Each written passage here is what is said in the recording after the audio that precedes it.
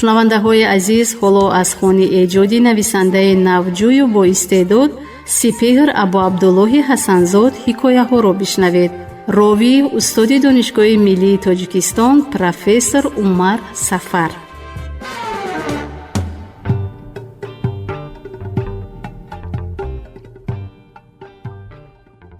ба ёди хунёгар шодравон Карими Шиш, саворони чашмашон хунбор ва зину афзори аспҳошон ҳарбовар, лаҷомро бо виқор сар додаву аз хокраҳа чанг хизонда, тозёнаи дасташонро бозӣ дорондаву ба равандагону ояндагон эътибор надода, ба тарафи кӯҳдомане ки дар ҳамвориҳои он хонаҳои гилини паст пастак ҳамшафати теппаҳои аз назарҳо дур ҷойгир буданд, ҷилав гардонида бо шаст мерафтанд.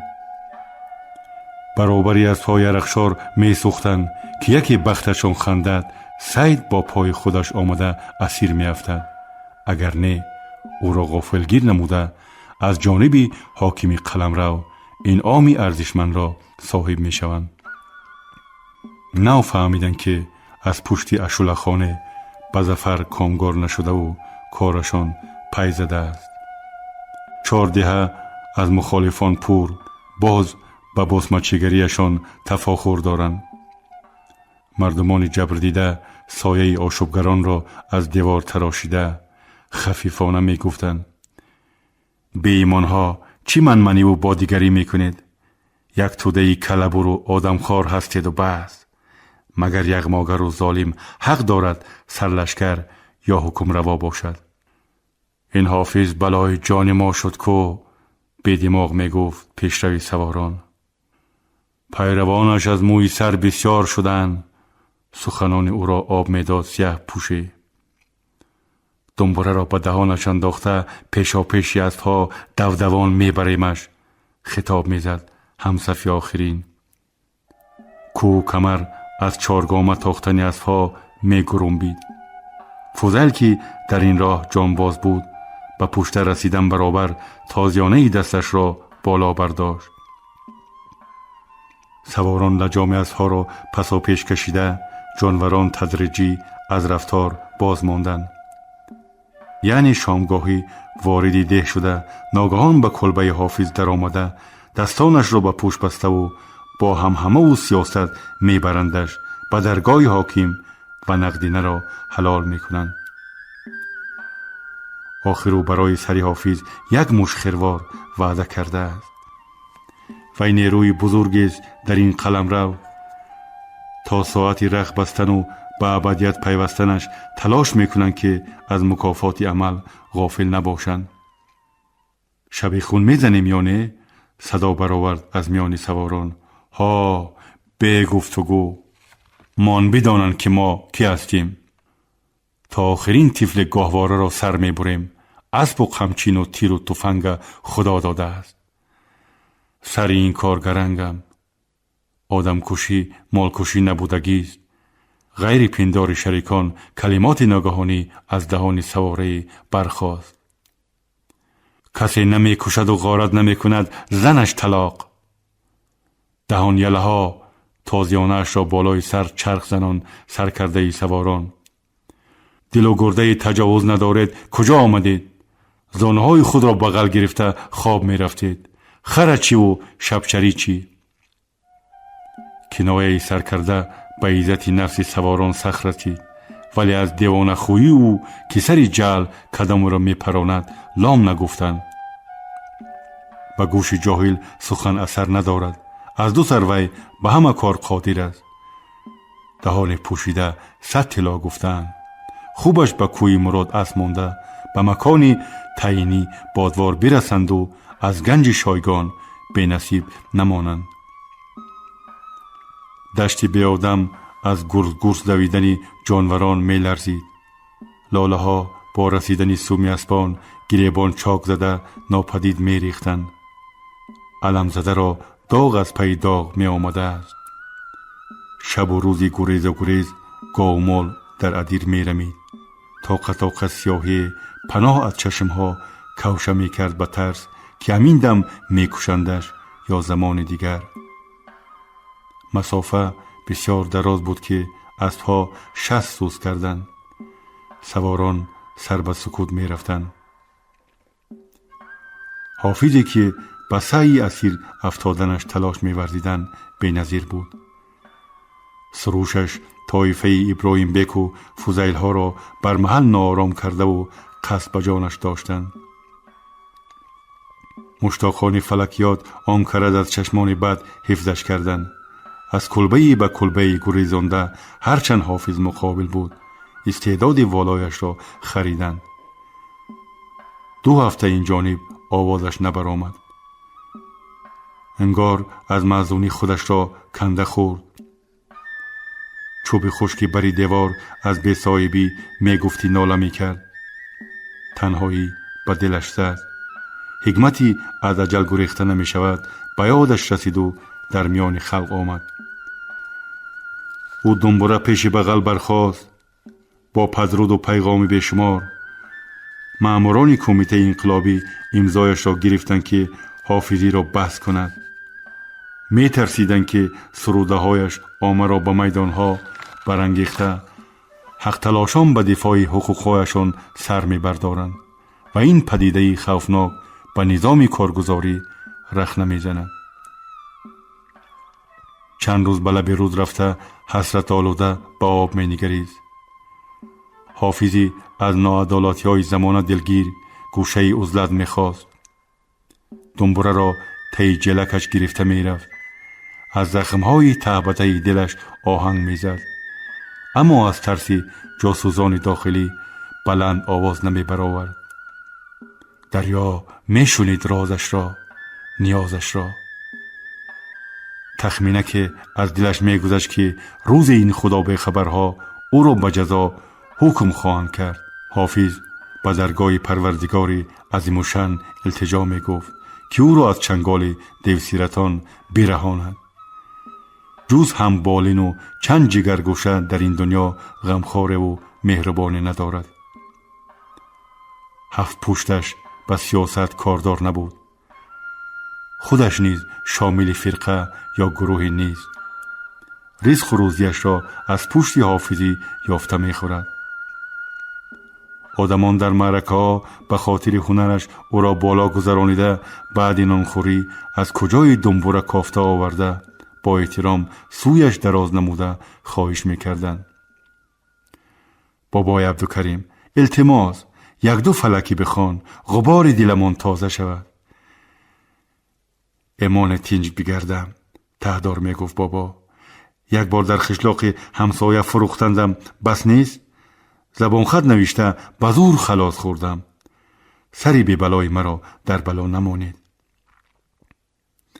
این خیل نگو، ما دشمن جان تو نیستیم. نمیگوییم از گور و قیامت بخوان، خلقی بسرا. با هنرت افتخار داریم بابا. خیر، به میل شماها میخوانم. عاقبت راضی میشد حافظ. حواله بدان را به خدا میسپارم و با شینگه خاص دوره را آباد میگیرید.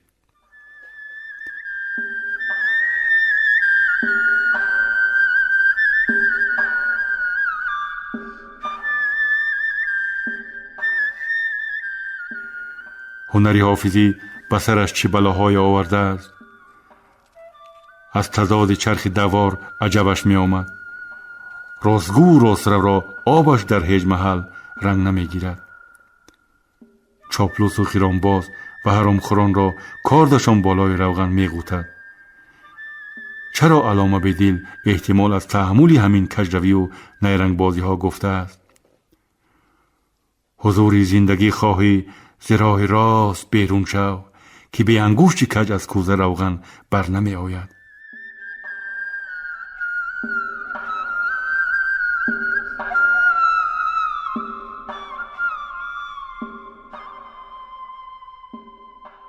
رودی سرکش فراتر مجرا می جوست. وسعت آب از شکست ناپذیری نشانه بود. اندوه دریا نسبت به ناله مرد پیر فراختر دامن می زد. پیغان حافظ در اعضای پیکرش دمادم انگیزه گرفته بیقرارش میکرد. موسفید به گرد و ونا نگاه دوانده دنبره را از ته جلکش بیرون می آورد، ولی از ناخونزنی می ترسید. آهنگی حزین به دورا دور می رفت. آها، یگان بوز به ماموران خبر بکشد کشاکش سر می زند. بعد آنکه اطراف ساکت می گشت و در شوشوی دریا علمهای دلش را با گریه خالی می کرد. غمناکم و از ملک تو بیغم نروم، جز شاد و امیدوار و خورم نروم. از درگاه تو همچو کریم به جهان، ناامید کسی نرفت من هم نروم.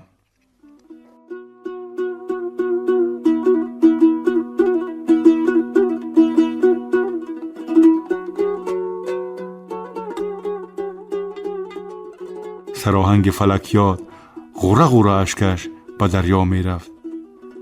عکس خورشیدی بالای امواج رود چشمانش را می برد. دریا می خروشید به حدی که ذره های سردگونه به سر و رویش پاش می خوردند. صدای سومی اسپان آهنگ شیوا را شکست. بالای سرش اسپکی را دید که به جای سلام به پوشتش تازیانه فراورده امیرانه می گفت: با اون طرف می گذری چی؟ نه، خوابم را با آب گفتم. دروغ نگو، ما سرودخوانیت را شنیدیم. با آرزوی استقلال دنباله نواختم. استقلال خواب می بینی؟ در میان مردم شور نزن. آخر زردابی سری دلم کفید. به هیچ شک اقرار کرد حافظ. چی حسرت داری پیرکی؟ آزادی و استقلالیت می خواهم. این دیوانه بوده است کو؟ سواره گویا از خوره بوز می گرفت که سوی حافظ از دواند و خم شده به پیراهنش چنگ انداخت. چشمان حافظ شب زد. متای کونه تنش دریده یک طرف شانهش اوریان تابید. موسفیدی کمفره چند تازیانه خورد. به پیندار رودی آمو پیرمرد را به کامش در کشیده و هرچند پاچک می زند به ساحل نمی رسد. با دم شیر بازی کردنش کمال بخیردی است. سلاداران پاره پاره اش ساخته تومه ماهیان می شود. به نشان می رود کی پروا دارد. به اشنه به صدا گریست. با چی جرم اذیتش می دهند؟ مگر از غم و درد آدمی سرودن وبال است؟ دنباله تگی سرش چند به یاد خوابید. نزدیک صبح شبح را برو یادید که در سفینه سما نور می فشاند. از ستاره رخشانتر بود. صاحب قطب یک قدسیتی پاک است. به صورت موسفیدی نورانی ریشش ماشو برنج و تنومند برخاسته سرزمینی را خوش میکرد که طبیعتش سبز، مردمانش نکته سنج و سخنور باشند. این قطب در آسمان ایران قدیم بر اثر کشمکش های تیمور لنگ ندرخشید. فرار کرد او به کشمیر. با تعداد بیشمار پارسایان مشورت آراست. 700 تن مریدان برکمال به اطراف وجودی ملکوتیش دستها پیشی بر خدمتگزار بودند. اما دیرتر از این مکان رخت سفر بست. از مغرب تا مشرق را 3 مراتب طی زده در نهایت کار ختلان باستان را خانه آخرت خود پذیرفت. بله، او شبح را شناخت. مصنفی بیش از 100 آثار علمی و فلسفی، قطب رخشان در طریقت اسلام شناسی علامه میر سید علی همدانی امشب و شبهای بعدی بالای شهر خفته سیرگر آمده است.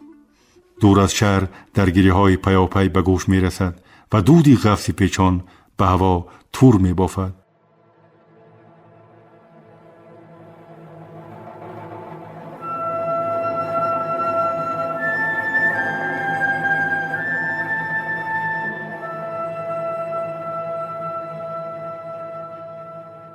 این مرز را می شناسد، مردمی دادخواهش را نیز. دستان حق تلاشان از ناحقی های زمامداران وقت سوی آسمان یازیدند. خدایا بجای پنجه ها سلاح رسته است و یا میان آدمان از تیر و تفنگ پنجره برداشتند. شبه یک مرام پایین شده زمینی ختلان قدیم، خیطه ای را که در محلش خود بزرگوار با 12,000 دینار وقف کرده بود نورباران می کند. زمینی که زمان مدرسه ها داشت و مردمانش برای راستین اسلام از قرآن شریف سبق آموخته 5 وقت نماز می گذارند. نیایشی سبز راهشان را تابان داشته متفکران را به تمدن بشر اختر معنوی هدیه داده است.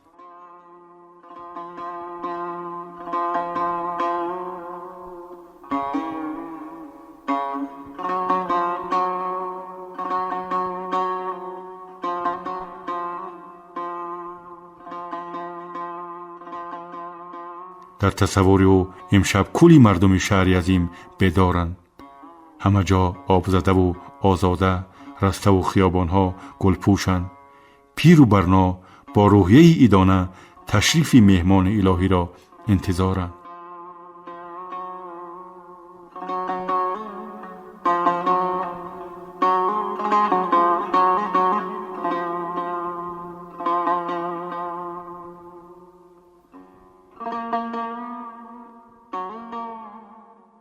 انا آن قطب رخشان. خدایا موسفید با دستار و جلک سفید، کفش سفید و چهره نورانی به نردبان با نیروی خارق العاده بزرگ از عرش مهین مهین می فراید. در نگاهش قطب دقیقه به دقیقه رخشانتر می شود. شعشعه چشمانش را می برد که رویش را با دستانش پناه می کند. رو به آفریدگار زاری می نماید که دیدار مبارک را ببیند. دعایش مستجاب شد و پیرمرد خوش‌سیمایی را در یاطه ازدحام دید که عصای مبارکش را بالا برداشته مردم را به اعتیاد و همبستگی می خواند. شهر پرنور، شاخه های چناران عظیم جوسه با گنبد های آرامگاه بزرگوار و سنگ های مرمرینی دوری سقاخانه پرجلایند.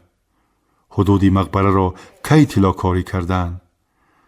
اگر مبلغ خیری زیارتگران و اخلاصمندان بزرگوار و دزدان مزار هر سو برچاش نمی دادند، خشت های مقبره و راهروها و مساحت آن از طلا درخش می زد و آدمان روی مروارید می رفتند. هنوز هم دیر نشده است. این عمل خیر را می توان انجام داد.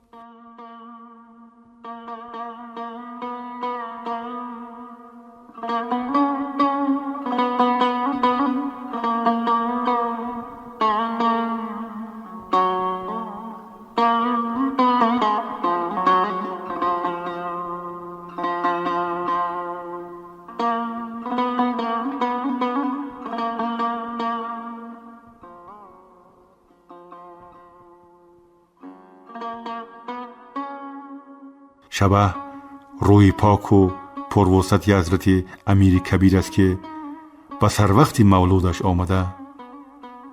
آره دید شبه را و رهید از رویا. از آثار فیلسوف این مصرع ها را زیر لب زمزمه می کرد. خوش منزل با صفاست اینجا، خوش جای فرح فضاست اینجا.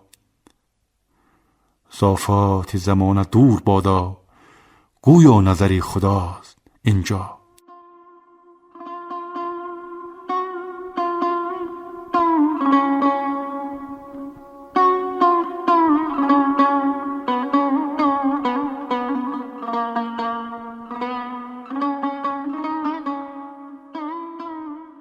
به روح پاک صاحب شعر که در محلش امیر تیموری گورکان و امارتش را به لرزه فکنده بود مغفرت و بخشایش فرستاده به درگاه حق می گفت: خداوندا منم در گوشه عزلت افتاده، نکردم بدی به مورک دانه کشی، خاک زمینت را می بوسم و به دیده ها می مالم که از چنگال همین دیوسیرتان بیرهانم.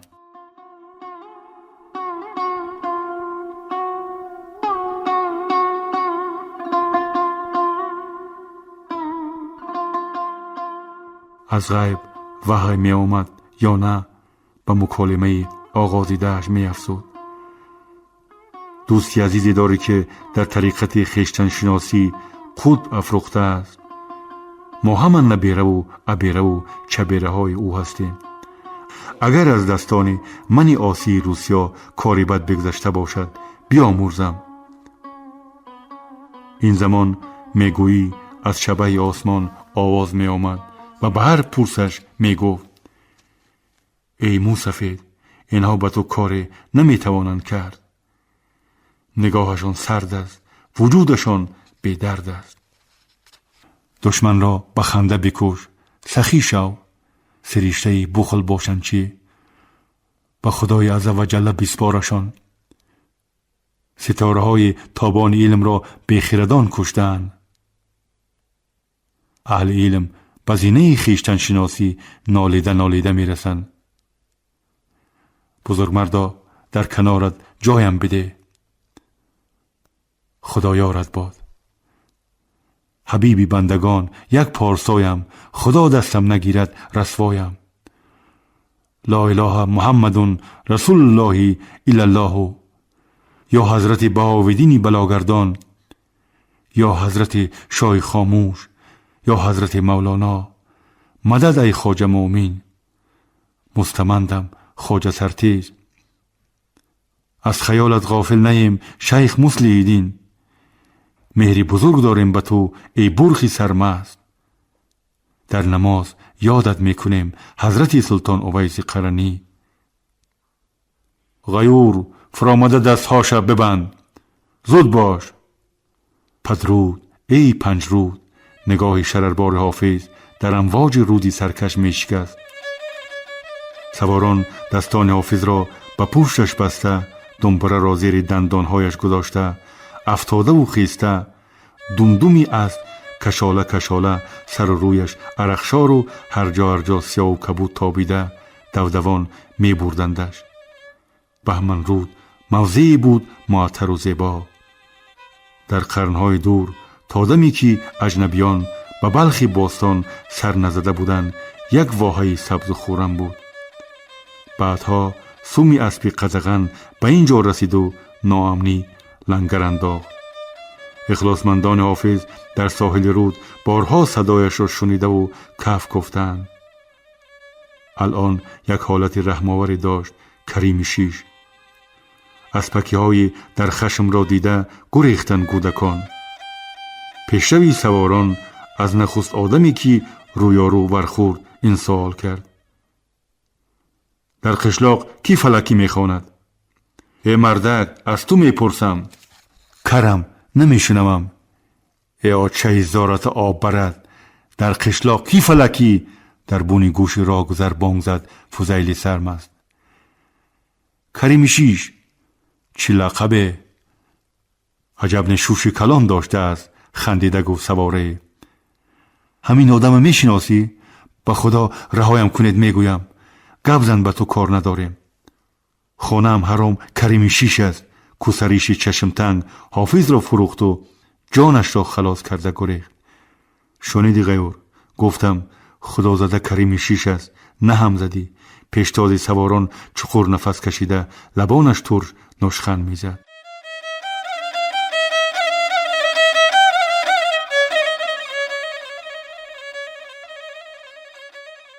سواران حافظ را دنبره زیر دندانها پیشانداز به درونتری بهمن رود بردند. گپ گپی دستگیر کرده آوردن کریم شیش به دور و نزدیک پیچیده دیه تماشاگاه شده بود. هواداران حافظ گمان داشتند که بزم آراسته بهمن رود از آوازش زمزمه میگیرد و زیر آهنگ شوخ میچرخند و مینازند.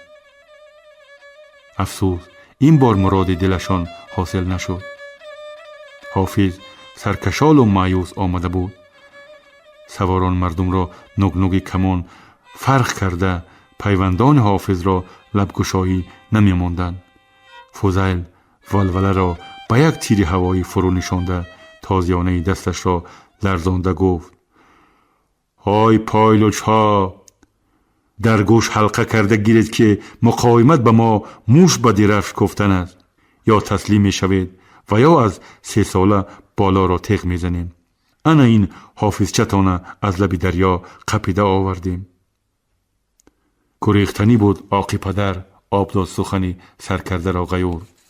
از گناهش گذرید. اشک در چشمان پیش برآمد موسفیدی که حافظ را می شناخت. او تا ساحل دریا تماشا رفته بود. پشتی نگیر پیری احمق، وی را از میان دریا به حال داشتیم. دروغ گفت فضیل. صاحب آوازرسی دارد براید که در همین جا می پرانیمش. خانواده کریم شیش همین جاست. اهل بیت حافظ از ترس گنگ و کر شده بودند. نگاه ها به میدانشان می خواند. پسرک موسفید را عاجز و ناتوان اشک در چشمان دیده راست به طرف سرکرده سواران دوید و در پای اسبش افتاده به زاری گفت: بابا نکش، گناه ندارد. دستان بابا کشا، خوشرو میخواند.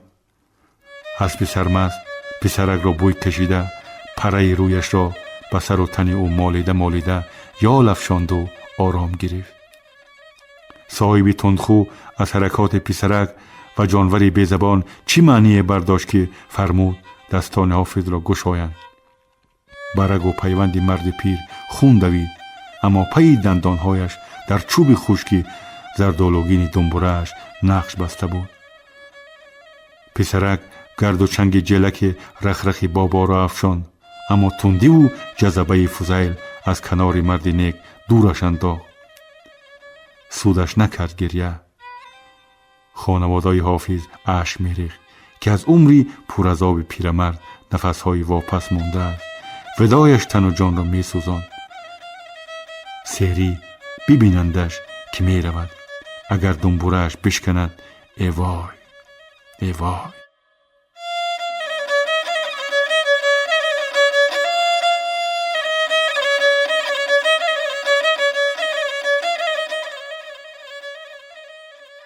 حافظ، خرنگی سرکرده سواران لجام اسب را کشیده: از عمرت نفسهای به شمار مانده است. چی خیرباد داری به خانواده‌ات بگو، تو را دیگر بخشش نیست. حافظ با علامت رضا دنبره دستش را به دیده هایش مالیده تارها را بالا و پایین کشیده هماهنگ و جورشان کرد و در جایش سازتر شیشته یک به مردمی محشر نگاه دواند. یار اغیار پنداشتند که انگوش به تار نبرده جسم خنوکش را برداشته میبرند. پیمانه عمرش پر شده و از دستان وحشی سیرتان امان نمییابد. افسوس میخوردند که در دم پیری به حال تباه افتاد. چی علاج؟ خداوند به وی همین قدر عمر داده بوده است. نفسهای حسابی ختم شود، به روز و ماه و سالی کی میگردی؟ مرد پیر به دنبوره ناخون زد. نوا آهسته آهسته مثل لپیش بر سبک برخاست.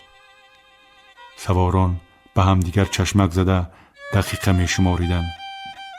بگذار آرمانی نرود مصطفی. آخرین مراتبه برای همدهگانش نوا بزند. صوت شکسته از هیکل عذاب‌های مصطفی خطابه بود. زندگی کاسه دور و سفید و سیاهش بازگوی اعمال ما. شاهدی نیکی و بدیهای پیرمرد همین دنبوره بود. شیرینی عمرش به تلاش عدالت پسی سر شد. به بنده مومن الفاظی غرض نگشاده در عزاداری غمشری به تویها محفل را می رفت. انگشتان کریم شیش بالای دو تاری همراز به بازی در آمده فکر و اندیشه تولید می کردند که حاضران خاموشانه فریاد زدند. نوای اندیشه‌زا به تار و پودشان پیچیده کوه و کمر را تمکین می آموخت. از دو بری روی حافظ اشک شاریده میانی تاره های ریشه نقرفامش فرو می ریخت. خیرباد مرا آسان مگیرید ای عزیزان، آفتاب سر کوه ماندم. از آزادی و استقلال آینده شماها می نوازم. با نوری ضیای خویش محفلها را مسخر می توانم کرد. در آهنگم فرو شو ای جوان باخرد. آهنامه قلب پردرد من از این آهنگ. از پشت کفیل نمی فخرم، از آوازی خداداد می نازم. زمین از قدم‌های سنگدلان زمین شده است. پیکی رسیده را تاب می آورم. این حکمت در می آوردی از آهنگ حافظ سالمند.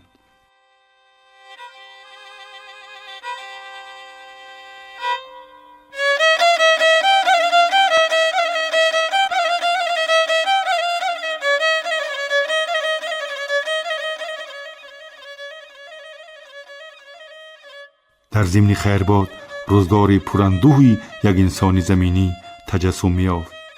موردی گفتار هنرمند نبود. نظامیان سنگسارش می‌کردند. آهنگ صبوری بود، جسوری بود، غیوری بود هماهنگش.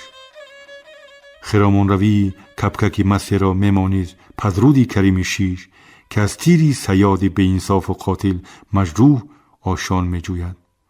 آشان کپ دور نیست، اما تا بدان سرسودنش در گمان است. صاحب دل نوا میزد که ما بندگان از ریشه آدم و ما هواییم. سنگدلی چرا؟ بدانید که پس از هلاکم هزاران کریمان به شماها میرزمند. کشتار کمال خیرت نبود، سلاح فرو بگذارید. خوب انا دمره نواز مرد، آهنگش ستور، خاک جسمش را خورد. بعد چی؟ فرصت است استحاله نمایید. اگر مردید تندید که آهنگم جانها را می نوازد. ترسو با سلاح زوری می جنباند. بنده فقیر با دنبوره تهمتنی دارم. سال از پی سال رفته، این مردم کار کوفته، آه شونش سفته، کلان بخوردش گفته. بود حافظی جان سخته، بشنانده چند درخته، غرق شکفت بادام، میانه خاص و عام. مستانه نوا میزد، از روزی جزا میزد. از دختری قنگاله میخوان به فلک ناله. با خمخم ابرویش، با جلوه گیسویش، هم لعل شکربارش، هم توره تاتارش، هم پیکری مشک بیزش، هم روحی دلانگیزش. سلسله جنبان آفت جان، قدش هلاله، بری رخسارش بنهاده خاله. یک دختی خوش رفتاره، راستینه گلیزاره. در عهد شباب او می سوختی و می پختی، اشنامه حسن او می گفتی و می گفتی. از غبغبش خورده غم، با آهنگش خیس ماتم. ندیده روزی شاده، نیم مسندی آباده. اشکش ریخت بروی ریش، نامش بود کریم شیش. آهنگ زفر میزد، هم طبل خطر میزد. آه از جگر میزد، اشکش به قمر میزد. میزد عجب آهنگ، سروادهش آر و ننگ. در شینگی لرزانش پاریسه شد ویرانش. کردن او را آوازه، میرفته از جنازه. در دنیای دو روزه، 30 روز میگیرد روزه. رشکلته فریبگر، شیطانک هیلگر. در معرکه کشور، او هست بزی بازینگر. ای بس به تاب آمد، نادیده شتاب آمد. بر رخت مغل صورت، آب آمد و آب آمد. یک توده سوار زور، با هم همه و مغرور. رنگی سیهی بیشه، بیگانه بود از ریشه. گاه کنار پنجرود، وقتی که میخوان سرود. چشمش بود و موج آب، در صورت اوج خواب. از گردونی کج رفتار، کیها شده از بیزار. میگویی به کوی تور، در داده دسته نور. میکرد خدا را زاره، خیل خیلی انگاره. صوتی بود پر از خواهش، هم خواهشی پر نالش. او را به ضعف پیری، بردن به اسیری. دنبال اسب خوشحال، شد کفترکی به حال. بگریف سمن خیزه، هم قسمتی گریزه. دنبوره به صدا مانده، در کام بلا مانده، صاحبکی بیروزی از هنگ و سنا مانده.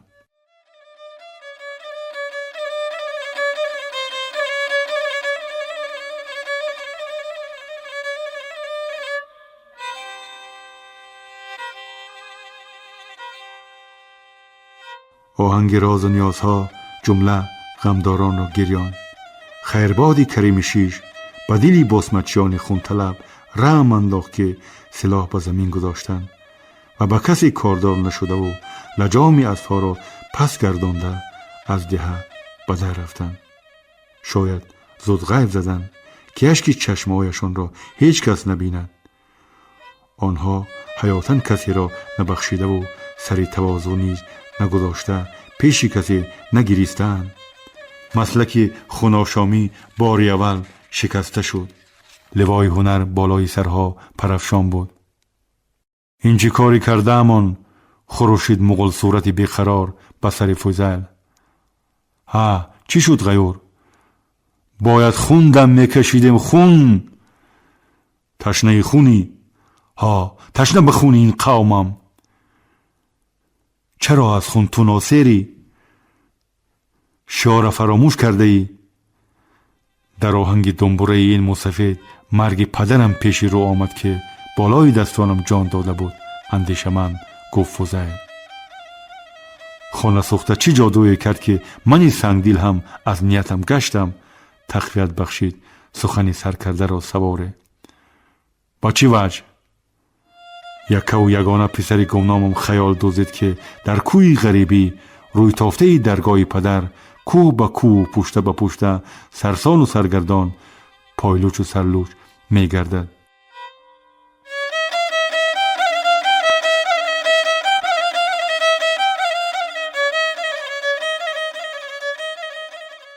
خیربادش علمناک بود. اقرار کرد اسپکی آخرین. دهه روبرو را غارت میکنیم. شمشیر از غلاف کشید غیور. میگوید از صف خارج میشوم. پس میگردیم کفایه. آزرده فهمان پیشروی سواره ها. نامردها گفت غیور شمشیر را به غلاف انداخته. با تینگ تینگ حافظه که از راه گشتنه. صدقه این نام باسمچی شوید. شماها را یکایک پراندن در کار. کله خر عزت کردی خودش از طبق جرمی کرده است. زورباشی پران خونخوار. علمش روزد فوزیل را و سوی غیور اسب گردان. پران زنگر تا تو از صف نبرایی پیش نمی رویم. دیگر سایت نبینم بزریشی وحشی. چی علاو میگیری خوجین؟ کمی پس آمد سواره علم زده. حافظه نکشیم، عالم و معلم نکشیم. با کی در کار بوده ایم؟ دنیا را سوادناک ها جزیر کردن. اول پرسیش بعد کشیش. بیگناهان را چرا قیر میکنی؟ به لفظ ها شام سوگن میخورید و صبح عهد میشکنید. کو تکرار بکن آچه زارت در چشمت نشان میدیم. مرد باشی بگو. هن کسی شم نفس. اسپکی جانب غیور خونطلب آمد که همراهان حلقه اش گرفتن. مانه برای یک کیک پوستین نسوزان کماندیر. به تمیز یکی از خود رفته خریگری کرد و حکمتان قبول. اعتراض کردن اسپکی ها. بدان خریگری هم جا دارد. وسوسش بشنو. همه را نابود می سازیم. سیاهی زد پیش چشمان فوزیل. حافظه بکشیم، شاعر بکشیم، عالم نیست بکنیم. در دنیا کی میماند؟ نسل تو پلیدی حرامزاده خونخوار. راست میگویی سردار. از خونریزی بسیار چشمانمان خیره شده است. سواره ها عقیده فوزیل را تصدیق کردند. همین امر را انتظار بودیم. کشتار و تجاوز چه لازم در حالی که همه از ریشه آدمیم. بای بای عجب جگرسوز نواق این موسفید. قسم به نام خدای لامکان از این پس کسی خون بریزد یا دست به تجاوز بزند خودم رو میپرانم. بس از آدم کشی و یغماگری. فوزیل دست به کمربند نبرده تماما دیگر می نمود. قسم قسم قسم یک نواق صدا برآوردن همصفانش.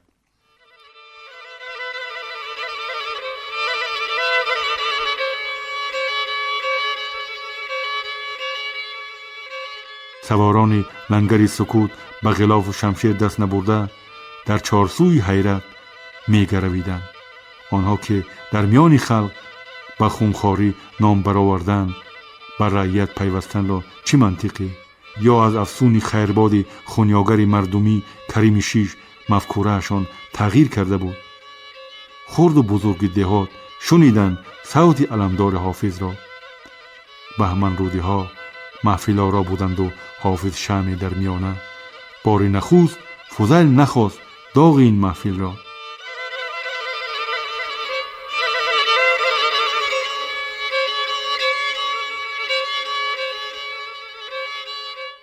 بعد آن که سواران از نزد آمد دور شدند، سرکرده رهروان به همراهانش هشدار داد: به حاکم میگویم حافظ فرار کرده است.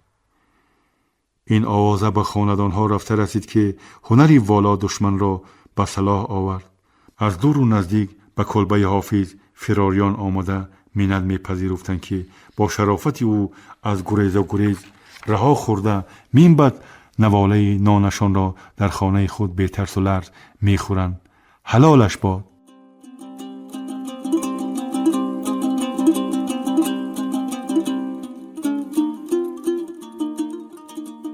صدای سومی اسبان دونده از این پس به گوش دیهاتی‌ها نمی رسید.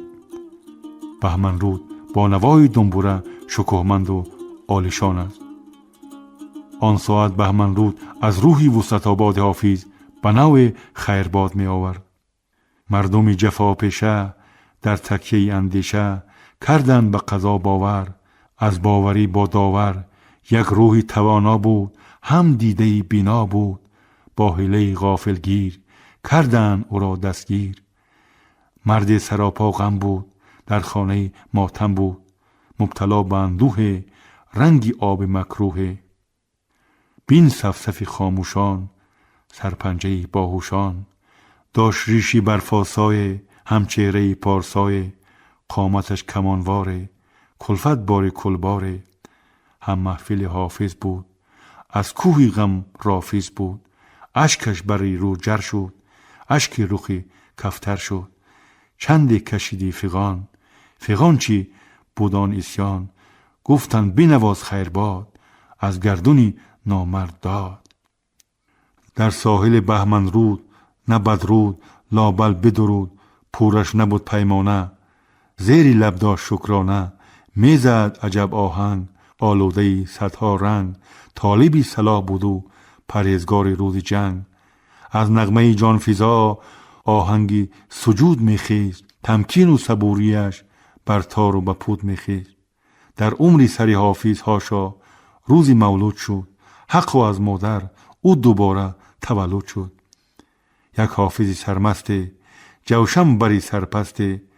به مجلس اونس آمد اجباری و پای بسته. در عزم شررباره در نظم گوهرباره. در جزم سرکاره رزمنده به جراره. با دخمه دوتارش میزد هزار آهنگ. عاشقی نوا گشته دوشیزه گل بسته. این بودی و آن بودی درمان کسان بودی. گولی سری سبدها از پاک نفسان بودی. و صافی زمان بودی پیری دل جوان بودی. رهپوی عزیزان صدری حکمان بودی. با زمزمی دوتارش فوتیده را جان بودی. روشاد نبین وقتی خورشیدی نهان بودی. القیس خسه بودی پیر و کسه بودی. بودی نبودی بودی یک پیکری پردرده. از ویژگی صنعت یک مردی رهاورده. تا شوی تاجیکی شبیه زرگر است. حکمت جانسازش حکاکی به مرمر است. بودی یک فارس به دهر تمدن را راهبر است. زیوری انجمنها سبکی شیر و شکر است. زلف طاووس سخن زیبی همه منبر است. در اوراق دفترها خیرباد به تخت زر است. آهنگ کریم شیش نوشداروی دیگر است. دردا گران دردا آزادی آخر دست داد. لگ لگ دریغ ای دوست از پیری شکست افتاد. برد آهنگ خیرباد از مکر و حیل آزاد. چون هدیه ارزانی به مرد و به نامرد داد، از گردونی نامرد داد. بهمن رود به فرزندش پیوندی برومندش، می کرد به سپهر نازه نایل به جانبازه. حافظ بود و دوستانه بیم کجا از کمانه، اسمش وردی زبانها مشهور به جهانه. سفینه عمر او می رفت بروی بحر، چکامه خیربادش می خواند به گوش در.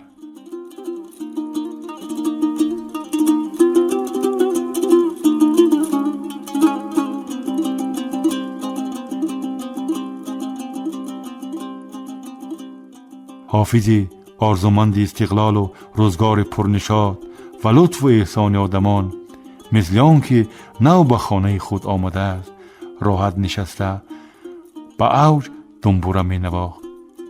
پیر و برنا پیچیده آهنگ معاصیر از گرداب اندیشه های سرگم رهایش می خواستند. کریم شیش با تواضع به تارهای افسونگر ناخون می زد و ناخون می زد و ناخون می زد.